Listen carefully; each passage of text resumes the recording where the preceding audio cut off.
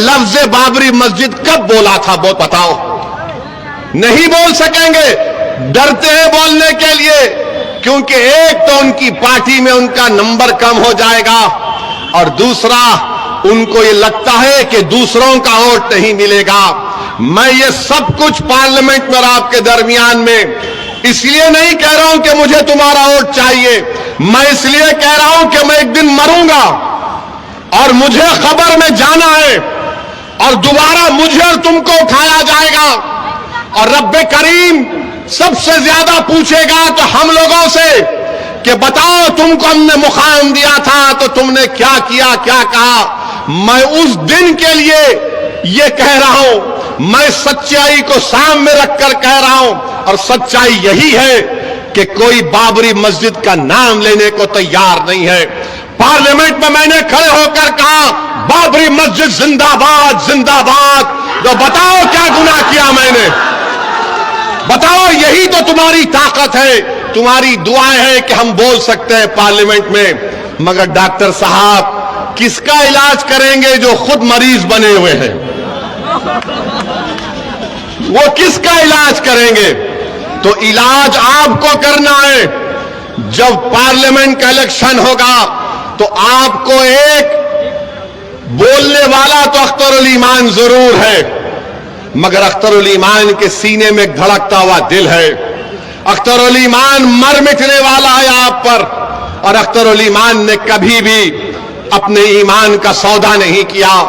اور اگر آپ حیدرآباد، اورنگ آباد اور کشن گنج سے اور دیگر پارلیمانی حلقوں سے جہاں مجلس اپنے امیدوار کھڑا کرنے کا سوچ رہی ہے، اگر ہمارے ایم پی کامیاب ہو کر بھارت کی پارلیمنٹ میں جائیں گے، آپ دیکھ رہے ہیں کہ میں اور امتیاز جلیل صاحب نے سب سے زیادہ سوالات کیے، سب سے زیادہ سوالات۔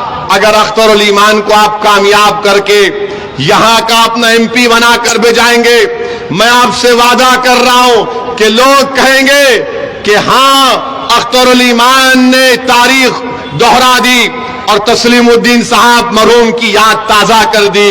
بلکہ میں آپ سے ایک بار بات کہہ رہا ہوں، اختر الایمان کو اگر اللہ انشاءاللہ یہاں کا ایم پی بنائے گا آپ کے دعاؤں سے اور آپ کے ساتھ سے، تو بہار کی تاریخ میں انشاءاللہ تعالی ایسا کوئی ممبر آف پارلیمنٹ نہیں گزرا ہوگا جو اختر الایمان وہاں پر آپ کی آواز کو اٹھائے گا، غریبوں اور مظلوموں کی آواز کو اٹھائے گا۔ میرے بھائی، جمہوریت میں پوچھنے کی ضرورت پڑتی ہے۔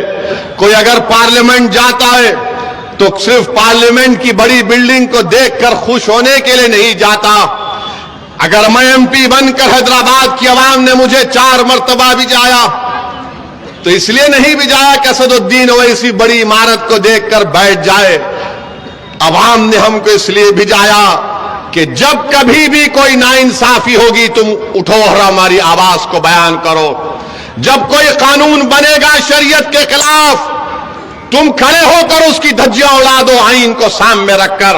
یہی سوچ کر تو عوام ووٹ ڈالتی ہے کہ میری آواز بن کر جائے گا، یہ میرے جذبات کی ترجمانی کرے گا، میرے سینے میں جو جذبات کا طوفان امڑ رہا ہے وہ اپنی زبان سے میرے اس طوفان کو بیان کرے گا، وہ میری ترجمانی کرے گا، وہ غریبوں کے حق کے لیے لڑے گا۔ اسی لیے میں آپ سے اپیل کرنے آیا ہوں کہ آپ اختر الایمان صاحب کو کامیاب کریں۔ یاد رکھیے، ٹیپو سلطان سے غداری کرنے والے کون؟ سراج الدولہ سے غداری کرنے والے کون؟ یہی میر جعفر، میر صادق۔ یہ ننگے دین ہے، یہ ننگے وطن ہے۔ ارے تم میری مخالفت کرتے ہو کہ اسد الدین اویسی ووٹ کاٹتا ہے۔ میں آج تمہارے درمیان میں کھڑے ہو کر کہہ رہا ہوں کہ کیا لالو یادو نے آج نہیں کہا کہ ہمارے دروازے نتیش کے لیے کھلے ہیں؟ لالو جی، آپ کا گھر تو اڑ گیا، اب کون سا دروازہ کھولیں گے نتیش کے لیے آپ؟ مجھ پر الزام لگانے والوں، اگر آج میں ڈگروا میں کھڑے ہو کر کہہ دوں کہ لالو نے مودی سے سیٹنگ کی، لالو نے مودی سے بات چیت کر کے نتیش کو اور RSS کو بہار کے حوالے کر دیا، بتاؤ کیا جواب دو گے اس کا تم؟